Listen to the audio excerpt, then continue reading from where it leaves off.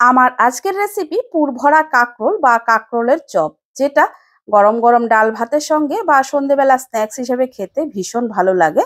এর জন্য আমি কয়েকটা কাঁকরোল দু টুকরো করে কেটে নেব। আর পুরের জন্য আমি এখানে নিয়েছি ছোট এক বাটি ভাজা চিনে বাদাম, ছোট এক বাটি নিয়েছি ফ্রেশ নারকেল কোড়া, কয়েকটা নিয়েছি কাঁচা পাকা লঙ্কা, আর 1 টিস্পুন করে নিয়েছি সাদা সর্ষে, আর 1 টিস্পুন পোস্ত। কাঁকরোলের টুকরোগুলো আমি একটা কুকারের মধ্যে নিয়ে 3-4টে সিটি দিয়ে একটু সেদ্ধ করে নেব। এবারে ব্যাটারের জন্য একটা বাটির মধ্যে একটা চালনির মধ্যে নিয়ে নেব বড় চামচের 4 চামচ বেসন। বেসনটাকে আমি একটু চেলে নেব। বেসনটা চেলে নেওয়া হয়ে গেলে এর মধ্যে কয়েকটা বেসিক মশলা আমি অ্যাড করব। দিয়ে দিলাম 1/3 টিস্পুনের মতো হলুদ গুঁড়ো, 1/3 টিস্পুন দিয়ে দিলাম লঙ্কার গুঁড়ো, দিয়ে দিলাম স্বাদ মতো নুন, 1/4 টিস্পুনের মতো দিয়ে দিলাম কালো জিরে, আর 1/4 টিস্পুন দিয়ে দিলাম হিং। এরপর শুকনো উপকরণগুলো নেড়ে চেড়ে ভালো করে মিশিয়ে নেব। এবারে পুরের মশলাটা তৈরি করে নেব। তার জন্য প্রথমে সর্ষে আর পোস্তটা একটু শুকনো চালিয়ে গুঁড়ো করে এর মধ্যে বাকি সবকিছু দিয়ে এরপর অল্প পরিমাণে একটু জল দিয়ে একটা পেস্ট বানিয়ে নেব। এদিকে সেদ্ধ কাঁকরোলের টুকরোগুলো কুকার থেকে নামিয়ে একটু ঠান্ডা করে নিয়েছি।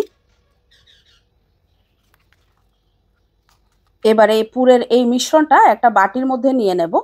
এরপর সেদ্ধ কাঁকরোলের টুকরোগুলো একটা একটা করে নিয়ে একটা চামচের সাহায্যে এর বীজের যে অংশটা আছে সেটা একই বাটির মধ্যে নিয়ে নেব। আমি কাঁকরোলের সেদ্ধ এই বীজটা গোটাই নিচ্ছি, আপনারা চাইলে মিক্সিতে চালিয়ে একটু পেস্ট করেও নিতে পারেন। আমার কাছে এটা গোটাই ভালো লাগে খেতে। আর আপনারা যদি পেঁয়াজ খেতে চান তাহলে একই সাথে একটা পেঁয়াজ কুচি আর দুটো কাঁচা লঙ্কা কুচিও দিতে পারেন। এবারে এর মধ্যে দিয়ে দিলাম স্বাদ মতো নুন, 1/3 টিস্পুন দিয়ে দিলাম হলুদ গুঁড়ো, 1/3 টিস্পুন লঙ্কার গুঁড়ো, 1/3 টিস্পুন দিয়ে দিলাম জিরের গুঁড়ো, দিয়ে দেবো অল্প পরিমাণে একটু চিনি। এরপর সবকিছুকে একবার হাত দিয়ে ভালো করে মেখে মশলাটা তৈরি করে নিয়েছি। এবারে ব্যাটারের শুকনো উপকরণগুলোর মধ্যে অল্প অল্প করে জল মিশিয়ে একটা পাতলা ব্যাটার তৈরি করে নেব। ব্যাটারটা খুব বেশি পাতলাও হবে না, খুব বেশি ঘন হবে না। দেখুন ব্যাটারের থিকনেসটা ঠিক এরকম হবে। এবারে ব্যাটারটা ঢাকা দিয়ে এক সাইডে রেখে কাঁকরোলের খোলগুলোর ভেতর পুরটা ভরে নেব। আপনারা কে কিভাবে কাঁকরোলের পুর বানান অবশ্যই কমেন্ট সেকশনে জানাতে ভুলবেন না। আর আপনারা কে কোথা থেকে দেখছেন আমার ভিডিও অবশ্যই কমেন্ট সেকশনে জানাবেন। এভাবে আমি সবগুলো কাঁকরোলের পুর ভরে নিয়েছি। এবারে ব্যাটারের মধ্যে দিয়ে দেব 1 পিঞ্চের মতো খাবার সোডা। ব্যাটারের সোডাটা ভালো করে মিশিয়ে নিয়ে ব্যাটারের মধ্যে দিয়ে দিলাম বড় চামচের 1 চামচ গরম তেল। তেলটাও ভালো করে মিশিয়ে নিয়েছি। এরপর একটা একটা করে পুর ভরা কাঁকরোল নিয়ে ব্যাটারের মধ্যে ভালো করে ডুবিয়ে এরপর গরম তেলের মধ্যে দিয়ে এপিট ওপিট করে একটু লালচে করে ভেজে নেব।